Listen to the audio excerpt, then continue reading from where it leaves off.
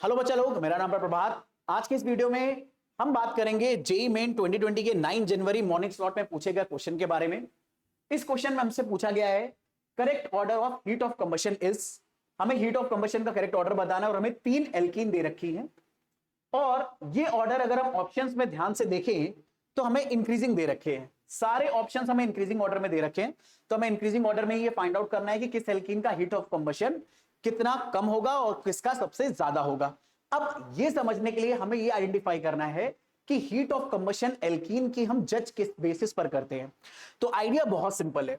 दरअसल में जब भी हमें हीट ऑफ कंबशन का जजमेंट करना होगा तो हीट ऑफ कंबशन का आइडिया एल्कीन के लिए डिपेंड करता है उसमें उसकी स्टेबिलिटी पर।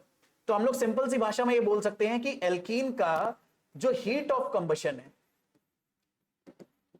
Heat of combustion of alkene, ये डिपेंड करता है उसकी स्टेबिलिटी पर और कैसे स्टेबिलिटी के इनवर्सली रिलेटेड होता है। तो heat of combustion of alkene is inversely related to stability of alkene. Alkene जितनी ज्यादा स्टेबल होगी उसका हीट ऑफ कंबशन उतना ही कम होगा। बस अब हमें जज करना है कि कौन सी एल्कीन ज्यादा स्टेबल है हमारे गिवन केस में और कौन सी कम स्टेबल है। जो ज्यादा स्टेबल होगी उसका हीट ऑफ कंबशन कम होगा और जो कम स्टेबल है उसका हीट ऑफ कंबशन ज्यादा होगा। आइडिया बहुत सिंपल है। अब हम बात करें अगर तो एल्कीन की स्टेबिलिटी कैसे डिसाइड करेंगे, तो एल्कीन की स्टेबिलिटी अगर हम ध्यान से देखें सारे के सारे आइसोमेरिक एल्कीन्स हैं। आइसोमेरिक का मतलब क्या भाई, इनका सबका केमिकल फॉर्मूला सेम है, बस स्ट्रक्चर में थोड़ा बहुत डिफरेंस है। स्ट्रक्चर में क्या डिफरेंस अगर हम ध्यान से देखें तो अगर हम पहले इस एल्कीन के यहां वाले डबल बॉन्ड के बारे में बात करें तो ये दोनों ग्रुप अपोजिट साइड पर लगे हैं या यहां पर जो हाइड्रोजन होंगे ये सेम साइड पर लगे हैं, सॉरी अपोजिट साइड पर लगे हैं। और अपोजिट साइड पर अगर ये हाइड्रोजन लगे हैं तो डेफिनेटली ये हमारा ट्रांस पार्ट हो गया, यानी ये एल्कीन इस डबल बॉन्ड पे ट्रांस है। ऐसे यहां पर अगर हम ध्यान से देखें तो यहां पर एक हाइड्रोजन यहां पर और एक हाइड्रोजन यहां पर होगा और इसमें भी हाइड्रोजन अपोजिट साइड पर है तो ये भी हमारा ट्रांस पार्ट है। यानी ये एल्कीन ऐसी है जिसमें दोनों डबल बॉन्ड्स एक्चुअल में ट्रांसपोजिशन के अक्रॉस इस आइसोमर में लगे हुए हैं। मतलब डबल बॉन्ड के अक्रॉस जो ज्योमेट्री आ रही है वो ट्रांस आ रही है। अब ट्रांस में क्योंकि हाइड्रोजन एक दूसरे से सेपरेट हैं, दूर हैं और बाकी ग्रुप भी एक दूसरे से अवे हैं, तो इनके बीच में रिपल्शन कम होगा और रिपल्शन जितना कम होता है स्टेबिलिटी उतनी ज्यादा होती है। तो ये एल्कीन ज्यादा स्टेबल अभी हमें दिखाई दे रही है। फिर यहां पर अगर हम बात करें तो एक हाइड्रोजन यहां पर है, दूसरा हाइड्रोजन यहां पर है, तो यहां पर तो हमें ये ट्रांस सिचुएशन मिल रही है। पर ऊपर वाले पार्ट में अगर देखें तो ये दोनों हाइड्रोजन सेम साइड पर हैं, तो ये पर्टिकुलर डबल बॉन्ड पर एल्कीन सिस है। अब एक जगह ट्रांस है एक जगह सिस है, तो ये सिचुएशन इस सिचुएशन से कम स्टेबल है और अगर ये कम स्टेबल है तो इसका हीट ऑफ कंबशन ज्यादा होगा। जिसकी स्टेबिलिटी कम होगी हीट ऑफ कंबशन उतना ही ज्यादा होगा। तो हमें ये तो पता चल गया बी का हीट ऑफ कंबशन ए से ज्यादा आने वाला है। अब अगर हम लोग बात करें आगे तो यहां पर हमें इन दोनों में अगर ध्यान से देखें तो हाइड्रोजन हाइड्रोजन यहां पर भी सेम साइड पर है, सेम साइड पर होने की वजह से ये सिस पार्ट हो गया और सिमिलरली यहीं पर अगर हम देखें तो यहां पर भी ये सेम साइड पर है तो ये भी सिस पार्ट हो गया। तो ये सबसे कम स्टेबल है। अब जो सबसे कम स्टेबल है उसका हीट ऑफ कंबशन सबसे ज्यादा होने वाला है। तो अगर हम लोग बात करें ए का हीट ऑफ कंबशन सबसे कम होगा, बी का हीट ऑफ कंबशन उससे ज्यादा होगा और सी का हीट ऑफ कंबशन सबसे ज्यादा होगा, जो कि हमें सी पार्ट में दे रखा है।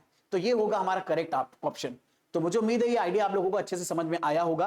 और एक इंपॉर्टेंट बात ये जरूर सुन लीजिए कि आपको क्लियर ये पता होना चाहिए कि heat of combustion of alkene stability of alkene पर कैसे डिपेंड करती है या स्टेबिलिटी पर क्यों इनवर्सली रिलेटेड होती है। देखो, एक एल्कीन जितनी ज्यादा स्टेबल होगी उसकी एनर्जी खुद कम होगी। और जब आप कंबशन करते हो एल्कीन का, तो मैं आपको एक बात बताता हूं, आपको एक आइडिया समझना है। जब भी हम एल्कीन का कंबशन करेंगे तो उसे सफिशिएंट अमाउंट ऑफ ऑक्सीजन की प्रेजेंस में बर्न करके दो कंपाउंड बनाए जाते हैं, कार्बन डाइऑक्साइड और वाटर। अब एक बात सुनना, अगर हमारे पास आइसोमेरिक एल्कीन्स होंगी यानी जिनमें नंबर ऑफ कार्बन और हाइड्रोजन सब में सेम है, तो अगर ऑक्सीजन की अबंडेंस में उसका कंबशन कराओगे आप तो दो ही प्रोडक्ट बनेंगे, कार्बन डाइऑक्साइड और वाटर। अब आइसोमेरिक एल्कीन में कार्बन भी सेम होंगे, हाइड्रोजन भी सेम होंगे, बस उनका स्ट्रक्चर अलग होगा, ओरिएंटेशन अलग होगा। तो जो कार्बन डाइऑक्साइड और वाटर बनने वाला है वो सेम बनने वाला है। यानी सारी आइसोमेरिक एल्कीन सेम प्रोडक्ट में कन्वर्ट होने वाली हैं। सेम प्रोडक्ट में कन्वर्ट होने के बावजूद भी किसी का हीट ऑफ कंबशन ज्यादा और किसी का कम क्यों है? तो आइडिया बड़ा सिंपल है, जिसकी स्टेबिलिटी ज्यादा होगी पहले से ही उसके पास एनर्जी कम होगी, और सेम कंपाउंड बनाने में अब उसे कम एनर्जी रिलीज करनी होगी।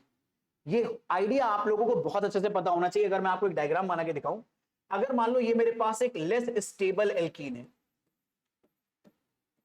लेस स्टेबल एल्कीन है और मेरे पास एक मोर स्टेबल एल्कीन है, तो एक कहानी समझिएगा। अगर मैं इन दोनों की एनर्जी यहां पर लिख दूं, वाई एक्सिस में मैं एक एक्सिस बना दे रहा हूं, वाई और एक्स, ये मैंने इनकी एनर्जी लिखी, तो लेस स्टेबल एल्कीन की एनर्जी ज्यादा है और मोर स्टेबल एल्कीन की एनर्जी कम है। अब सुनिएगा, अगर इन दोनों कंपाउंड्स को सेम प्रोडक्ट में कन्वर्ट होना है, कार्बन डाइऑक्साइड और वाटर, तो कार्बन डाइऑक्साइड और वाटर की भी तो एक सम, एक टोटल कुछ ना कुछ एनर्जी होगी। तो वो हमने मान लिया यहां पर कहीं है, बेस हमने कार्बन डाइऑक्साइड और वाटर को ही बनाया है। जरूरी नहीं कि ये एग्जैक्टली जीरो पर ही होता, नीचे भी हो सकता था, ऊपर भी, हमने जीरो स्टार्ट ही यहां से करा है। अब जरा समझना, अगर लेस स्टेबल एल्कीन को CO2 और वाटर की एनर्जी के बराबर जाना है तो इतना एनर्जी लूज करना पड़ेगा, यानी ये ज्यादा एनर्जी निकालेगा और ये कम एनर्जी निकालेगा।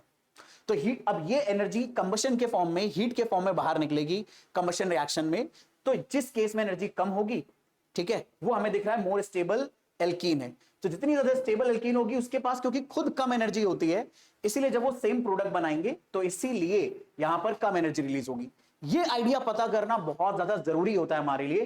कई बार बच्चे बस इसको रट्टा मार लेते हैं यहां पर कि heat of combustion of alkene inversely proportional होता है स्टेबिलिटी के, पर याद रखना ये कहानी सिर्फ तभी वैलिड आपको सही जजमेंट करके देगी जब आप आइसोमेरिक एल्कीन के साथ डील करोगे, क्योंकि उस सिचुएशन में सेम कंपाउंड हमारे पास बनते हैं। आई होप ये चीज आपको बहुत अच्छे से समझ में आई होगी और इस क्वेश्चन का आंसर भी आपको क्लियर हो गया होगा। Thank you.